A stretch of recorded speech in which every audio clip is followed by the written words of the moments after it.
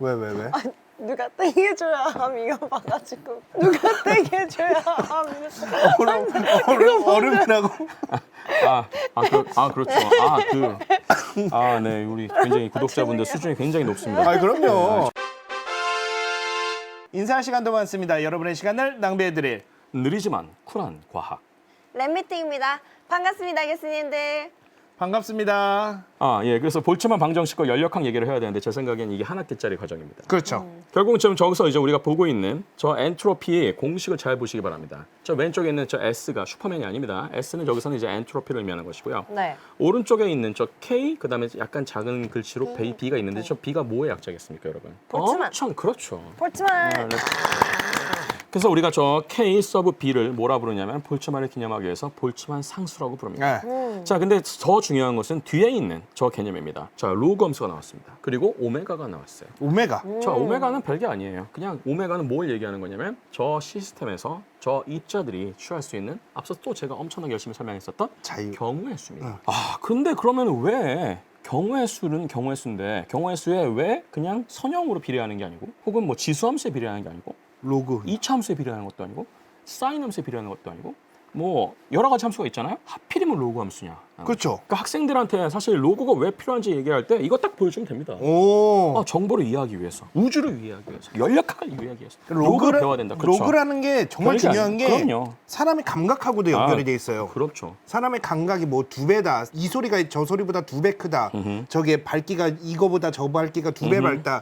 이렇게 느끼는 것도 다 로그 감각으로 돼 있어요. 그렇습니다. 네. 자, 그런데 지금 제가 저 장표에서 보여드리고 있는 것이 왼쪽에 있는 것은 지금 서로 마치 카페라떼라고 생각하시면 됩니다. 네. 커피하고 우유가 지금 섞이기 전이고요. 네. 오른쪽에 있는 것은 카페라떼가 된 상태가 되겠죠. 자, 그랬을 때 우리는 왼쪽에 있는 것은 앞서 말씀드린 것처럼 경우의 수가 지금 딱 하나인 애들이에요. 네. 파란색은 딱 파란색 영역에만 있어야 되고 주황색은 딱 주황색 영역에만 있어야 되니까. 네. 그렇죠. 저들의 시스템의 경우의 수는 1이에요. 그러면 우리가 이런 경우의 수가 1인 경우에 엔트로피를 우리가 뭐로 정의하기로 했냐면은 0이라고 정의하기로 했어요. 딱 되어 있는.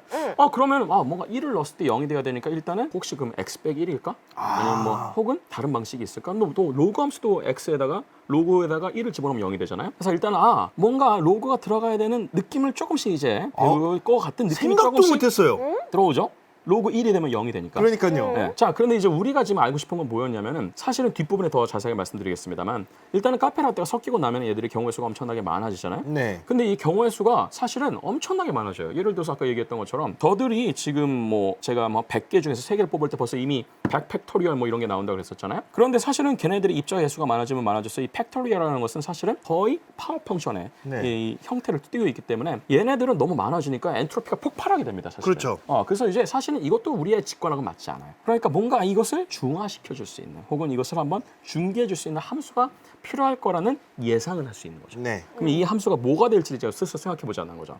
아까 얘기했던 것처럼 x 빼기 1 같은 선형 함수인 것 같은 경우에는 선형이긴 하지만 결국은 경우의 수가 엄청나게 많아지면 또 막 그 엔트로피가 많아지는 것을 피할 수가 없고 그러면 뭐가 필요할까 생각해 봤는데 사람들이 이런 생각을 하게 된 겁니다. 저 파란색과 빨간색 같은 것들은 서로 독립인데 저들이 가질 수 있는 저런 독립의 개념을 우리가 갖고 온다 그러면 어떤 개념을 취할 수 있을까라는 까지 개념이 나오게 된 거죠. 사실은 이제 나중에 제가 말씀을 드리겠습니다만 이 정보 이론에서 얘기 나오는 것 중에 하나가 바로 뭐냐면 독립인 두 사건에 대한 얘기를 합니다. 네. 그 독립의 사건 예를 들어가지고 P1이라는 사건이 있고요. P2라는 사건이 있다 칩시다. 그러면 이 두 사건이 일어날 확률을 각각 P1, P2라고 칩시다. 그럼 이 두 사건이 동시에 일어날 확률은 곱하기가 되죠. 그렇죠. 그렇죠. 그래서 왜냐하면 내가 뭐를 확률화, 뭐 여기서 항성님이 뭐를 할 확률을 동시에 그 이벤트가 일어날 확률을 계산하려면 당연히 우리는 곱하기. 예를 들어서 동전 2개를 던졌을 때 하나는 앞면이 나오고 하나는 뒷면이 그렇죠. 나올 거를 2분의 1 곱하기 2분의 1 하면은 총 4가지 중에 딱 2가지가 나오겠죠. 그렇죠, 그렇죠. 자, 그래서 우리는 그 독립인 사건이 갖는 그 정보 혹은 그거에 대한 엔트로피를 얘기를 하고 싶은데 엔트로피의 그 전제 조건 중에 하나가 아마 뒤에 설명이 있을 겁니다. 일단은 기본적으로 나중에 제가 설명을 드리겠습니다. 왜 로그 함수가 필요한지부터 얘기를 하려고 그래요. 그래서 예를 들어가지고 여기서 말하는 정보는 일종의 경우의 수라고 생각하시면 되겠습니다. 경우의 수로 반영이 될 수 있는 정보 같은 것들은 일단 측정이 가능한 양이어야 되고 확실한 이벤트의 정보량, 아까 얘기했던 것처럼 경우의 수가 딱 하나인 경우는 이게 엔트로피가 0이어야 되고 서로 독립인 사건의 엔트로피는 각 사건의 엔트로피의 합이어야 된다. 여기서 정보량을 엔트로피로 바꾸면 됩니다. 이것을 수학적으로 한번 표현해 보겠습니다. 그 다음 페이지. 자, 예를 들어가지고 독립의 사건 아까 얘기했던 것처럼 첫 번째 사건과 두 번째 사건의 확률을 각각 P1하고 P2라고 그랬을 때 이들이 일어날 수 있는 동시에 일어날 수 있는 확률은 P 토탈. 걔네들을 곱해야 곱해야 되죠. 되겠죠. 네. 자, 근데 우리는 저 확률로부터 어떤 엔트로피 혹은 정보를 뽑아내고 싶어요. 그것을 뽑아내는 장치를 내가 예를 들어서 F라는 함수를 쓰겠다 칩시다. 그러면 내가 이 두 사건이 동시에 일어날 수 있는 정보에서 얻을 수 있는 정보량을 내가 예를 들어서 I 토탈이라고 그럴게요. 네. 그럼 그 I 토탈은 F에다가 P 토탈을 넣으면 될 텐데 아까 얘기했던 것처럼 두 독립인 사건이 갖는 엔트로피는 각각의 엔트로피의 합 혹은 합이어야 된다. 두 독립인 사건이 갖고 있는 정보량은 각각의 정보의 합이어야 된다. 왜냐하면 정보량이 곱하기 시작하면 하나의 정보량이 빵이 돼버리는 순간 나머지 정보량은 사실 의미 없어지잖아요. 그래서 그러니까 곱하기 넣으면 안 돼요. 우리가 알고 있는 총 정보는 랩장님의 정보하고 내 정보를 합쳐야지 우리의 정보를 곱해버리면은 안 된다는 거죠. 그렇죠. 그러니까 정보를 알기 위해서는 합쳐야지 곱하면 안 된다는 거지.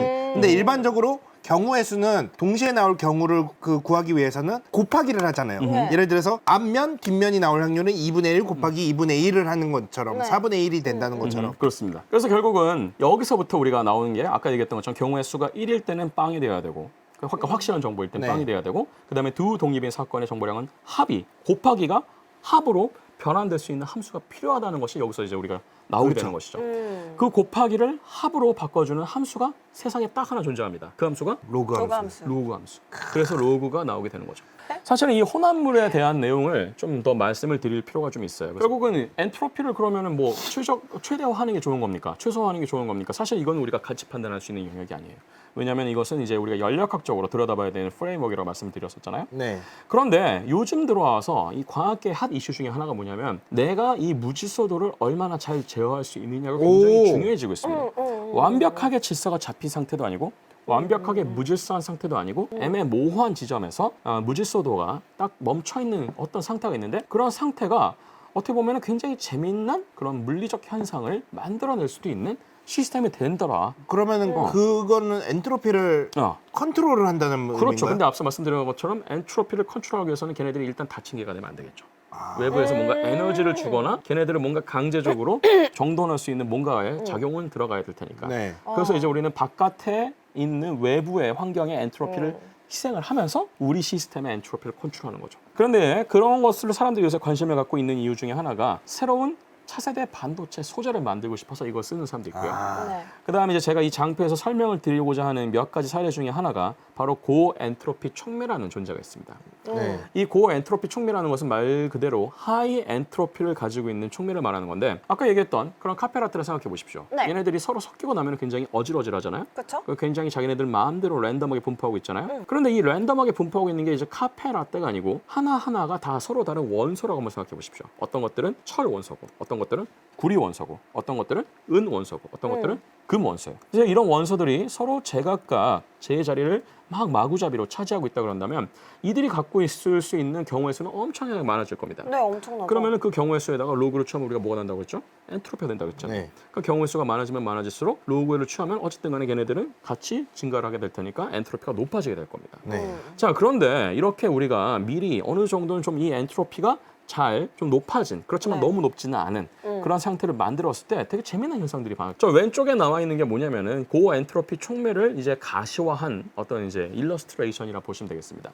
저 각각의 지금 알록달록한 구슬들이 보이잖아요. 네. 저 알록달록한 구슬들이 지금 말씀드린 여러 종류의 금속들이라고 생각하시면 되겠습니다. 금속 원자들이라고 생각하시면 되겠어요. 그런데 저들이 저런 식으로 고엔트로피가 되면은 금속 합금하고 또 달라져요. 금속 합금은 뭐냐면은 얘네들이 거의 동일한 비율로 어디서나 뭐 예를 들어서 내가 구리하고 주석을 섞으면 뭐가 되죠? 청동이 되죠. 네. 그리고 이제 이런 구리하고 이제 예를 들어서 주석을 섞어가지고 내가 예를 들어서 청동을 만들었을 때 예전에 청동기가 좀 약했던 이유 중에 하나는 물론 이 합금 자체가 약한 것도 있습니다만은 얘네들이 사실은 균일하게 섞여 있지 않고 어느 쪽엔 좀 구리가 많고 어느 쪽엔 뭐 이런 주석이 많고 하는 그런 현상들이 좀 있었기 때문에 그렇기도 한데 사실 저런 고엔트로피를 만들게 된다는 것은 다시 말하면은 얘네들이 합금하고 다르다는 게 뭐냐면은 결국 여러 종류의 이제 이러한 여러 종류의 이제 원소들이 있는데 얘네들이 좀 커다란 상태가 아니고 굉장히 작은 입자가 됐을 때 이런 것을 이제 보통 나노 입자라고 합니다. 네. 근데 굉장히 작은 나노 입자가 됐을 때 이들이 엄청나게 높은 엔트로피를 가지고 있으면 이들은 합금이나 단일한 금속하고는 다른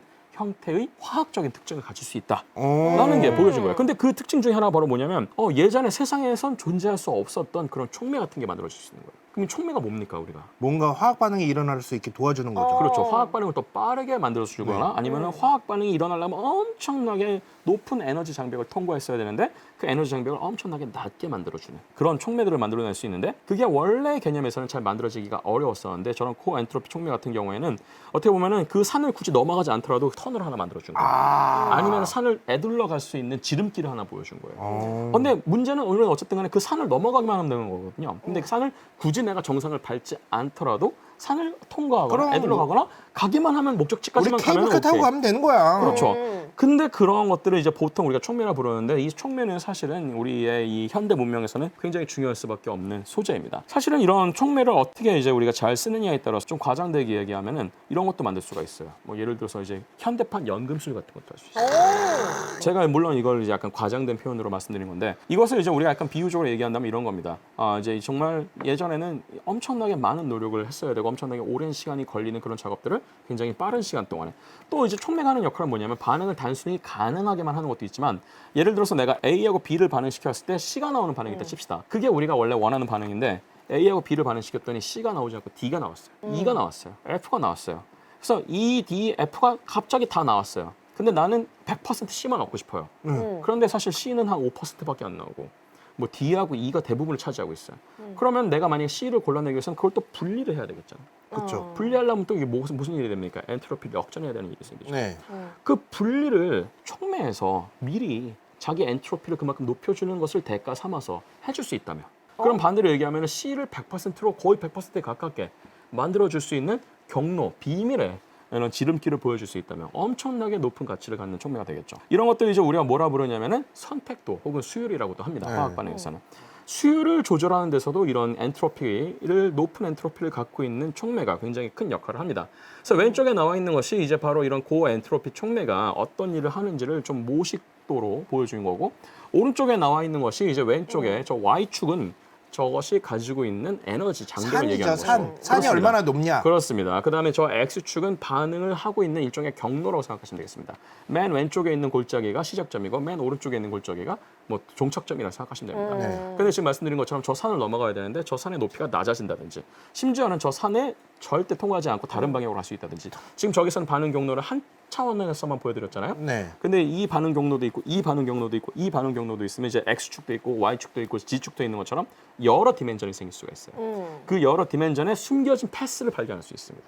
터널을 뚫을 수 있다는 거죠. 그렇죠. 그래서 정말로 이게 매력적인 학문인데 저는 이제 저런 촉매를 직접적으로 만들진 않지만 저런 촉매들이 어떤 식의 일종의 저런 활성도 혹은 산을 낮춰줄 수 있는지 그런 것들을 연구하기도 합니다. 네. 사실은 그래서 굉장히 재밌는 분야고 사실 할 게 굉장히 많고 이 엔트로피를 직접적으로 화학 반응에다가 잘 이용하고 있는 대표적인 사례라고도 볼 수가 있는 것이죠. 사실은 그래서 우리가 이런 혼합물 혹은 이런 고엔트로피 같은 것들이 화학적으로도 의미가 있습니다만 정말로 이 볼츠만이 가지고 있었던 이 인사이트들, 통찰력들이 이렇게 물질 세계에서 조금씩 이제 구현이 되고 있다는 것을 우리가 보게 된다면 결국 이 엔트로피가 높아지는 과정을 그렇죠. 겪을 수밖에 없는 것이죠. 그래서 결국은 이렇게 엔트로피가 높아지는 상황에서 촉매 같은 것들이 발생하고 이런 것들을 가지고 우리가 뭔가 좋은 것을 만들어내는 것은 굉장히 역설적이죠. 네. 재밌지 않습니까? 우리의 엔트로피가 높아지면 무질서해지고 쓸모가 없어진다고 생각했는데 무질서 속에 또 하나의 가치가 있고 또 하나의 재밌는 정보들이 있는 것이죠. 근데 여기서 우리가 또 하나 놓치면 안 되는 것 중에 하나가 이렇게 좋은 반응을 만들어냈어요. 사실은 그럼 이건 다시 말하면 엔트로피를 역전한 거예요. 또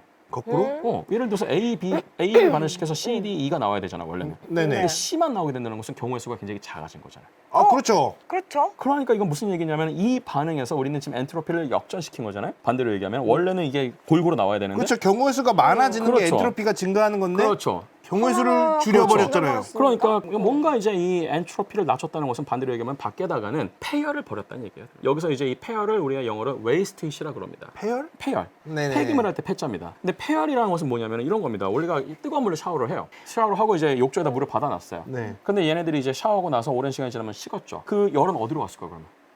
빠졌죠. 내 화장실에 있는 거울에 성에를 끼게 만드는데 사용이 됐죠. 혹은 내 화장실에 있는 수증기나 공기를 데핀 데 써졌겠죠. 그렇죠. 그렇지만 얘네들은 결국 또 이렇게 열이 한데 모여 있다가 흩어졌기 때문에 결국은 우리는 그 열을 다시 모아서 샤워기에다가 쓸 수는 없는 거죠. 그렇죠. 그게 사실 엔트로피가 증가했기 때문에 사실은 그래서 지금 우리도 이런 반응을 할 때 C만 나오게 하기 위해서 우리의 이 비커 속의 시스템을 엔트로피를 낮추는 동시에 빛과 바깥에다가는 폐열을 준 거예요, 사실.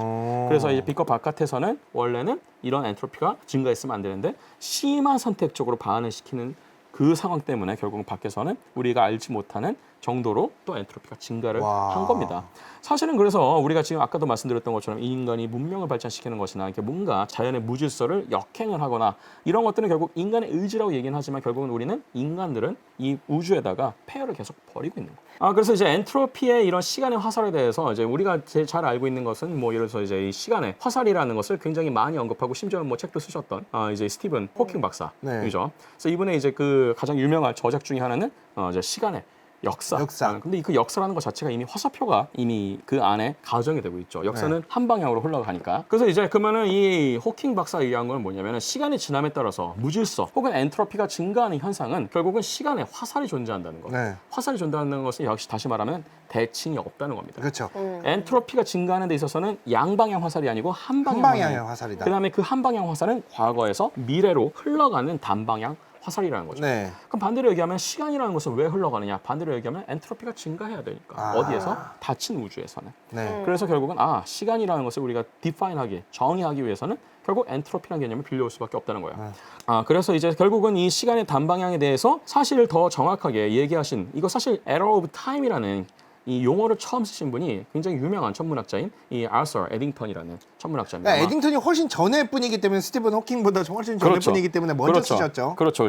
이 아서 에딩턴은 여러분 뭐 과학사 좋아하시는 분들은 잘 아시겠지만 아인슈타인의 상대성 이론을 최초로 천체 관측을 통해서 검증하신 분이기도 하고 이분이 이제 이런 얘기를 하셨어요. 우리가 알고 있는 것처럼 시간의 화살을 따라가다 보면은 결국은 무작위 요소를 찾을 수 있다. 이게 굉장히 중요한 얘기입니다. 네. 무작위라는 것은 결국은 시간이 흘러갈수록 잘 정돈된 방이 어질러지는 것처럼 뭔가 질서가 잡혔던 상태가 점점 랜덤해지는 것은 이게 시간의 화살이 한 방향으로 흘러가고 있다는 것은 하나의 증거가 되는 거고 시간의 화살을 그럼 반대로 거슬러 올라가면 우리는 과거로 가게 된다는 거죠. 그렇죠. 무작위 요소가 그렇죠. 줄어들고 있다면. 그렇죠. 결국 그래서 질서와 무질서 사이에 이 방향성을 우리가 잘 따라가면은 과거와 현재와 미래라는 하나의 축을 디파인할 수 있고 이게 우리가 흔히 얘기하고 있는 시간축이 된다. 라고 이 사람이 이제 결론을 내린 거죠. 이것을 이제 좀 더 비유적인 용어로 에딩턴은 시간의 화살이라는 error of time이라는 이런 얘기를 쓰게 된 겁니다. 여기서 먼저 사용이 된 거네요. 네네. 그래서 근데 사실은 이제 이런 error of time이 그러면 한 종류냐? 사람들이 그럼 이제 엔트로피 한 종류만 있느냐? 엔트로피 말고 혹시 다른 자연의 또 이런 시간의 비대칭성을 만들어내는 게 있지 않을까? 라고 좀 생각을 했던 거죠. 뭐 가장 좋은 것은 뭐 이런 거죠. 뭐 코잘리티 같은 것들이 있겠고요. 그러니까 인과관계 같은 것도 있겠고요. 그 다음에 또 좀 이런 물리학을 좀 잘 아시는 분들은 아시겠지만 CP 대칭성 깨짐 같은 것들도 뭐 이래서 이런 시간의 화살성을 좀 얘기하는 거 아니냐라고 사람들이 얘기하지만 그렇지만 이 우주에 변하지 않는 법칙 중에 하나가 연력학이고 그 연력학 중에서도 연력학 이 법칙은 우리 우주 전체에서 통용될 거라고 다들 사실 지금 그렇게 믿고 있는 거죠. 네. 뭐 지금까지는 다 그렇게 관측이 됐으니까. 그래서 이 연력학은 절대 바뀌지 않는 법칙이라 한다 그러면 적어도 이 시간의 비대칭성을 확실하게 지지하는 개념은 바로 이 엔트로피의 증가가 될 수밖에 없다라고 사람들이 얘기를 하고 있는 것이죠. 네. 그래서 예를 들어서 이렇게 시간의 화살이 계속 가면은 우리가 이런 생각할 수 있어요. 아까 우주의 시작을 갈 때 경우의 수가 하나라고 했잖아요. 네. 그래서 경우의 수가 하나니까 거기다 로그 함수를 씌우면 0이 되니까 애초에 우주가 시작할 때 즉 빅뱅의 시점 그 특이점에서는 엔트로피가 0이었겠구나. 그렇죠. 그럼 반대로 이거만 시간을 굉장히 패스트 포워드 FF 막 돌렸어요. 그래서 엄청나게 뒤로 갔어. 그럼 이제 우주의 끝에 다다르게 되겠죠. 그럼 애초에 우주의 끝이 있을까? 우주에도 수명이 있을까? 우주에 정말 죽음이 올 수 있을까라는 그러니까. 생각으로 하게 되겠죠. 우주는 어떻게 탄생했을까 하고 동일한 무게를 가지고 있는 질문이 우주는 죽을까에 대한 질문이라고 저는 생각합니다. 네. 어떻게 생각하십니까, 전체 물리학자님? 그거를 엔트로피를 어떻게 시간을 거꾸로 돌리냐, 그다음에 시간을 앞으로 돌리냐에 따라서 죽음을 맞이할 것인지 어떻게 태어났는지 그리고 적어도 우리가 알고 있는 시간 내에서 적어도 거꾸로 돌리면은 시작은 알 수 있듯이 이거를 빨리 돌리면 죽음도 알 수 있겠죠. 그렇죠. 그래서 어떻게 죽느냐가 문제인 거지. 어떻게 죽느냐가 문제가 되는 거죠. 그래서 이거에 대해서 이제 사람들이 우주가 어떻게 죽을 것인지에 대해서 여러 가지 시나리오들을 얘기합니다. 그러니까 예를 들어가지고 우주는 지금 우리가 관측한 우주에 따르면 우주가 팽창을 해요. 근데 심지어 우주가 팽창하는 속도가 가속이 되고 있어요. 빨라져. 그러니까 예를 들면 이런 겁니다. 표현하자면 이렇게 확장이 되는 거예요. 네. 정말로. 그러면 이제 이런 생각을 하는 겁니다. 우리가 그러면 어느 순간부터는 우리가 관측할 수 있는 우주가 우리가 지금 관측할 수 있는 우주는 점점 줄어들고 전체 우주의 크기에 비해서 그렇게 되면은 결국은 이 공간은 어느 순간부터 찢어지는 거 아닐까? 그렇죠. 그래서 이제 이런 것들을 이제 뭐라 그러냐면은 빅 립이라고 합니다. 네. 찢어진다. 네. 그러면 이제 그게 우주가 이제 붕괴되는 방법 중에 하나가 되겠죠. 3번에 지금 3번에 보이죠. 나오는 거고. 이제 만약에 우주의 전체 질량이 우주의 전체 에너지보다 좀 크다. 그러면 우주의 질량으로 인해서 얘네들이 중력이 더 세지니까 결국은 팽창을 하다가 결국은 팽창하지 못하고 어느 순간 다시 쪼그라드는 시점이 올 거예요. 왜냐면은 질량이 너무 많아서 다 결국에는 잡아당길 거니까. 잡아당기다가 얘네들이 어느 순간부터 또 경우의 수 개념도 나오겠습니다만 이제 양자역학 개념 나오고 상대성 이론 들어가기 시작하면은 이게 완전히 쪼그라들기 전에 즉 빅뱅의 상태로 오기 전에 싱귤러 포인트라고 합니다. 특이점 상태로 오기 전에 얘네들이 어떤 그 특이점을 만나지 못하고 다시 어떤 상태에서 도저히 못 내려가서 다시 고무공이 튕겨서 위로 올라가는 것처럼 다시 팽창하는 시점이 올 수도 있다고 얘기하는 게 빅 바운스입니다. 네. 맨 5번에 나와 있는. 네. 그런다고 아까 얘기했던 것처럼 빅 바운스가 되기 전에 계속 너무나 쪼그라들어서 마치 알루미늄 호일을 계속 쪼그라뜨리면 결국은 굉장히 작은 공이 되는 것처럼 우주도 이렇게 쪼그라들어가지고 굉장히 작은 특이점 안에 모이게 되는 시점이 되면 이 시점은 더 이상 안정된 시점이 아니기 때문에 다시 폭발을 합니다. 그렇죠. 다시 폭발을 하는 것을 우리가 뭐라 부르냐면 빅 크런치라고 얘기하죠.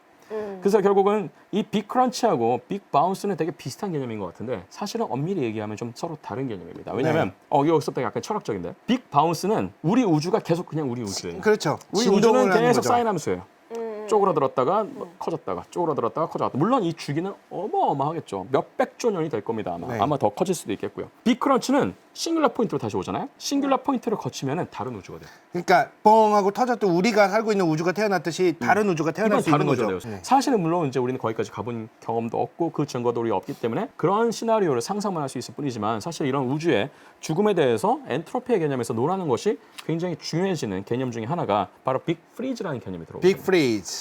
그래서 이것을 이제 우리는 한국말로는 열죽음이라고 합니다. 얼어버린다는 거죠. 네, 지금 이제 우리가 관측하고 있는 우주 배경 복서의 온도가 약 2.7 K 정도 됩니다. 켈빈 네. 정도 됩니다. 굉장히 낮은 온도예요. 거의 절대 온도 0도에 거의 가까운 온도입니다. 그렇죠. 그런데 만약에 여기서 우주가 더 팽창을 해요. 그러면 더 온도는 어떻게 될까요? 여러분 예를 들면 이런 겁니다. 예를 들어서 내가 하면서 이제 뜨거운 입김을 불면은 내 손이 따뜻해지죠. 그러면은 사실 내 입속 안에 있는 공기는 좀 차가워졌어요. 이게 정답이 되는 거예요. 다시 말하면은 이게 볼륨이 팽창을 했어요. 단열 팽창을 했어요. 그러면은 내가 이 볼륨을 팽창하는데 그 들어간 열만큼 에너지만큼 내 안에 있는 열 에너지는 낮아져야 정상인 거예요. 그렇죠. 우리 우주가 만약에 닫힌 공간이라 그런다면 우리 우주가 공짜로 팽창하는 게 아니에요. 뭐를 대가로 팽창하고 있는 거냐면 우리 우주 안에 있는 애초에 에너지를 소모하면서 팽창을 하고 있겠죠. 결국은 그래서 배경 복사 온도가 결국은 점점 떨어지게 될 겁니다. 결국은 이제 물론 이제 그건 이제 빅뱅의 그 시점에서 지금 우리가 여기까지 왔을 때 약 138억 년 정도의 시차를 두고 추정한 값이 되는 건데 만약에 엄청나게 팽창을 했어요. 그러면 이제 정말로 우리 주변의 온도는 점점 낮아져서 나중에는 거의 0K 그렇죠. 정말 절대 온도 0도에 가는 시점이 나올 건데 여기서 열역학 3법칙이 나옵니다. 열역학 3법칙은 절대 온도 0도 밑으로 내려갔습니다. 왜냐하면 그때부터는 모든 것이 다 정지가 되는 거예요. 멈춰버리는 거죠. 완전 프리즈. 냉동고에 들어간 거야. 아무것도 못 세상의 움직여. 모든 아톰도 못 것들 움직여. 못 움직이는 거죠. 전자도 못 움직여요. 그렇거든. 완전히 아무것도 못 움직여요. 우리가 보통은 열적 요동이라는 개념이 들어오고 나중에는 더 양적 요동이라는 개념도 들어오게 되는데 결국은 이제 열적 요동 자체는 결국은 이 템퍼러처가 있어야지 열 에너지가 생겨서 그 열 에너지에 비례하는 방식으로 이 플럭츄에이션이 생기는 건데 절대 온도 0도가 되기 시작하면 애들은 더 이상 요동을 할 수가 없게 되는 거예요. 죽어버리는 거죠. 죽어버리는 거죠. 왜? 누가 땡겨줘야 함 이거 봐가지고 누가 땡겨줘야 함 얼음이라고. 네, 우리 굉장히 구독자분들 수준이 굉장히 높습니다. 아, 그럼요. 정말로 제가 상상하지 못했던 드립들을 치고 계십니다. 근데 어쨌든 간에 정말 근데 몇 년이 지날지 모르지만 뭐 대충 한 몇백조 년이 지나면 정말 이제 우주는 더 이상 쓸 수 있는 열 에너지가 전혀 없이 완전히 0도가 돼버리는 거죠. 그러면 그때는 아무것도 움직일 수 없고 아무 정보도 나올 수가 없고 그냥 죽은 우주가 되는 거예요. 엄청나게 우울한 우주죠. 네. 살아있는 것은 아무것도 없는 거예요. 그래서 이것을 이제 우리가 개념으로 얘기하면 엔트로피가 가질 수 있는 최대값에 도달한 순간이 바로 빅 프리즈 죽음이 되는 겁니다. 사실은 그래서 이제 이런 우주의 죽음 시나리오가 여러 가지가 있습니다만 이 중에서 어떤 것이 우리의 우주의 죽음을 가져다 주는 방법이 될지는 아무도 몰라요. 그렇죠. 사실은 이제 이게 굉장히 많은 천문학자들의 지금도 아주 큰 논란거리 중에 하나고 굉장히 여러 가지 토론이 일어나고 있는 분야라고 알고 있습니다만 그래서 결국은 지금 이제 말씀드린 것은 결국 이제 열역학 얘기부터 시작해갖고 우주의 죽음 얘기까지 했었고 이 우주의 죽음에 대해서도 우리가 이 엔트로피라는 하나의 필터를 가지고 이것을 볼 필요가 있다. 이런 얘기를 좀 드리고 싶은 건데 이 이미지는 제가 달리를 통해서 자동 생성한 이미지입니다. 세상에 없던 이미지일 겁니다.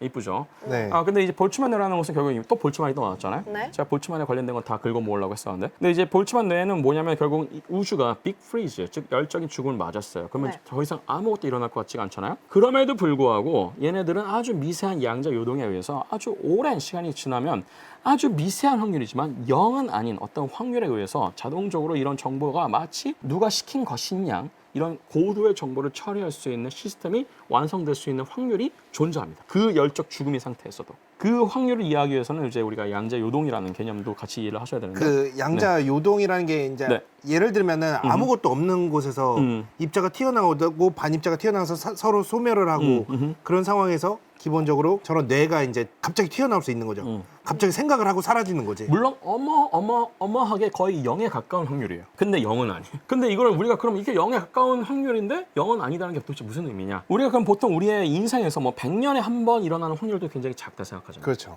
근데 100년에 한 번 일어나는 확률을 예를 들어서 내가 만약에 100년을 기다리고 200년을 기다리고 1000년을 기다리면은 분명히 일어날 수 있는 확률이 좀 더 높아질 거예요. 네. 우주의 나이가 엄청나게 많다고 했잖아요. 그러면은 이런 확률이 굉장히 작다 하더라도 그리고 우주에서 일어날 수 있는 여러 가지 양자 요동들이 엄청나게 많은 종류가 있을 텐데 이들이 마침 아주 우연하게 잘 맞아떨어져서 하나의 정보를 처리할 수 있는 회로를 구성한다든지 하나의 시스템을 만들 수 있는 확률도 존재하는데 그 확률이 매우 작다 하더라도 우리한테는 충분한 시간이 주어져 있고 충분히 광대한 공간이 주어져 있기 때문에 저런 볼츠만 뇌 같은 자동적으로 정보를 처리할 수 있는 시스템도 나올 수 있는 확률이 존재한다는 겁니다. 그 열적 죽음 상태에 거의 다다른 상태에서도. 와. 근데 이제 이것도 사실 굉장히 어떻게 보면 또 철학적인 문제로 가긴 합니다. 그렇지만 이 우주는 너무 광대하고 그리고 이 우주의 어떤 나이를 우리가 측정하기에는 사실은 너무 좀 큰 숫자가 필요하기 시작합니다. 그야말로 천문학적인 숫자가 필요하기 네. 시작하죠. 사실은 그래서 그런 이제 숫자 얘기를 하려고 그러면은 어느 순간부터는 갑자기 이 숫자에 대한 감각이 사라져서 이제 더 실질적인 이야기를 할 수 없습니다만 이런 말씀을 드리는 까닭은 우리가 생각하는 이런 엔트로피라는 것이 굉장히 작게는 우리의 어떤 질서, 우리 주변에서의 이런 정보를 측정하는 도구가 되기도 합니다만 우리 우주 그 자체를 설명하는 굉장히 중요한 그런 팩터가 된다. 이런 얘기를 오늘 꼭 드리고 싶었습니다. 자, 네. 인사할 시간도 많습니다. 여러분의 시간을 낭비해드릴 느리지만 쿨한 과학. 랩미팅이었습니다. 감사합니다, 교수님들. 감사합니다. 감사합니다.